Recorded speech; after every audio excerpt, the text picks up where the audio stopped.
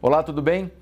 Ibovespa em 170 mil pontos. Esse é o novo preço-alvo para o principal índice da Bolsa Brasileira em 12 meses. Hoje a conversa é sobre renda variável aqui no Safra Insights.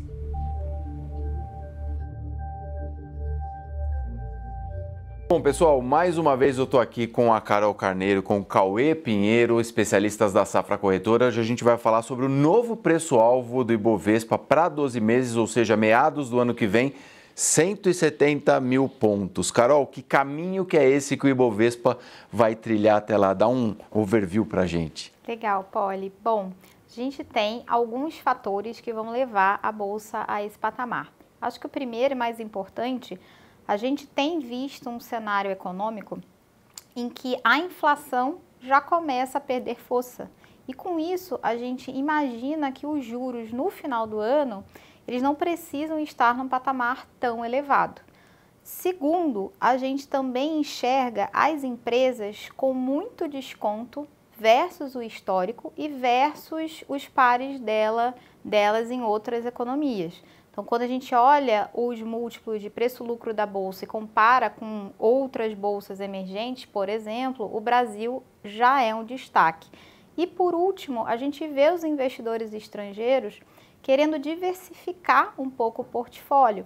Então, quando a gente soma uma bolsa mais contada em um ambiente de juros que permite corte ou no final desse ano ou no início do ano que vem, a gente imagina que vai ter um fluxo de migração desses investidores de várias bolsas desenvolvidas para a Bolsa Brasileira.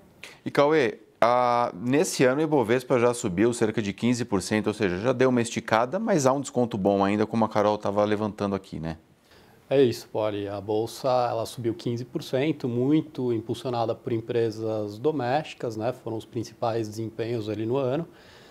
Mas mesmo assim o Ibovespa ele ainda negocia com desconto em relação ao histórico dele, né? Quando a gente compara o múltiplo preço-lucro da Bolsa projetado para esse ano, a gente enxerga um desconto de 24%. A Bolsa está negociando ali a 7,5 vezes o lucro, o que é um patamar ainda bem abaixo do histórico dela.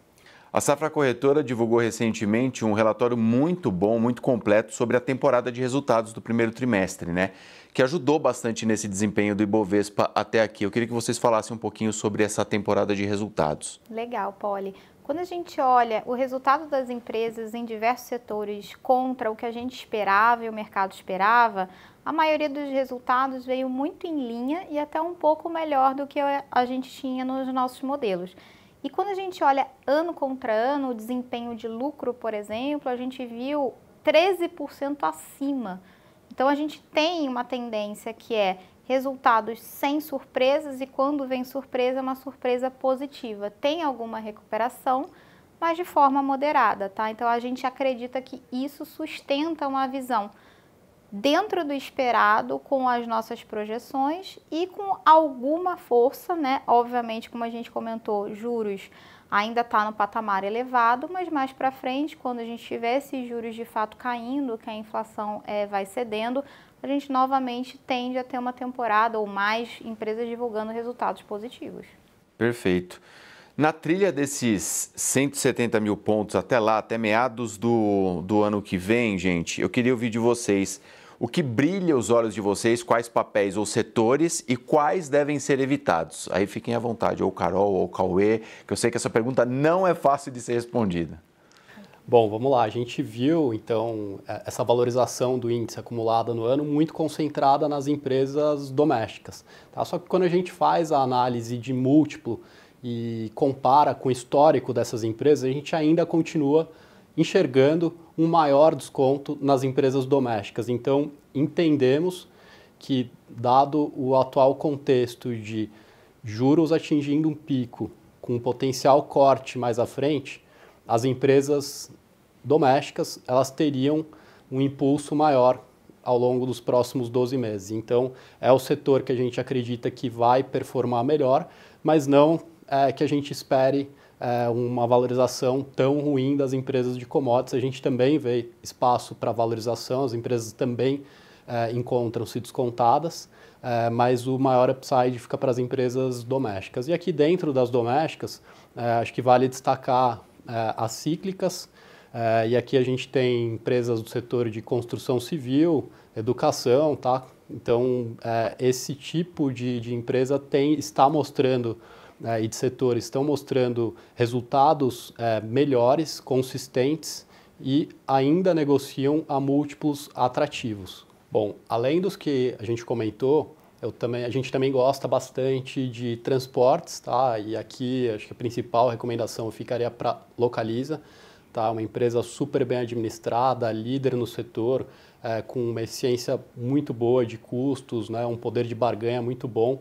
É uma empresa que hoje ainda negocia num patamar abaixo do histórico dela, um papel que também poderia se beneficiar da continuidade da entrada de fluxo de estrangeiro, porque o investidor gringo gosta muito desse papel.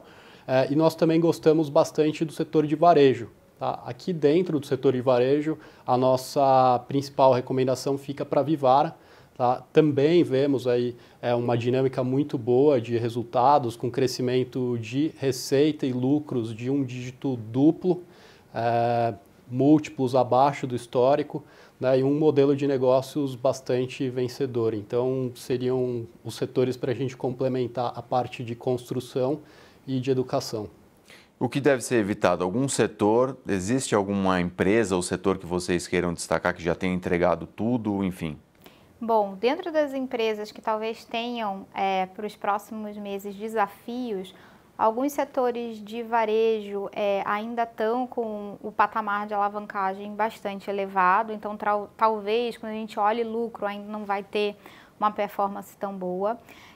Dentro das commodities, petróleo, por exemplo, as empresas de minério de ferro e papel e celulose ainda estão num ciclo, até pela economia internacional, dinâmica de China, Estados Unidos, também não devem fazer uma performance tão boa comparada com essas que o Cauê falou. Então, para curto prazo, talvez exposição nesses setores não faça tanto sentido.